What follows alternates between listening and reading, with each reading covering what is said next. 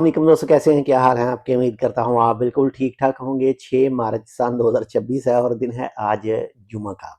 आज की वीडियो में कोई ख़ास न्यूज़ ओमान के हवाले से नहीं है। आज की वीडियो में हम बात करेंगे पाकिस्तानी अवाम के लिए और पाकिस्तानी हुकूमत के हवाले से, और इस वक्त जो मौजूदा सूरत हाल है जीसीसी की, ईरान की, या जीसीसी के जो मुबारक हैं इनके हवाले से।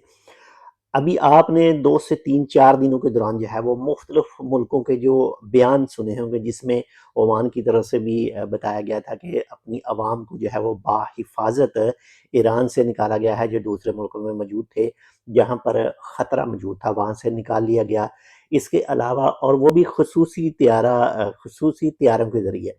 इसके अलावा अगर यूके वगैरह की बात करें तो उन लोगों की तरफ से भी, जो उनके नेशनल थे, उनको स्पेशल चार्टर्ड तैयारी के ज़रिए से जो है वो उन मुल्कों से निकाला गया। इसके अलावा जो इसराइल की अवाम थी उनको भी निकाला गया।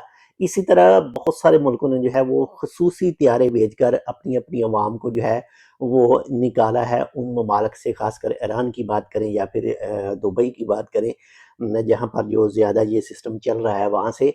तो क्या कभी आपने ये न्यूज़ सुनी है कि पाकिस्तानियों को जो है वो पाकिस्तानी हुकूमत की तरफ से कोई मखसूस त्यारा भेजकर जो है वो निकाला गया है? वो चाहे ईरान हो, वो चाहे दुबई हो, वो चाहे कतर हो, वो चाहे बहरीन हो, वो चाहे सऊदी अरेबिया का कोई ख़ास मखसूस इलाका हो।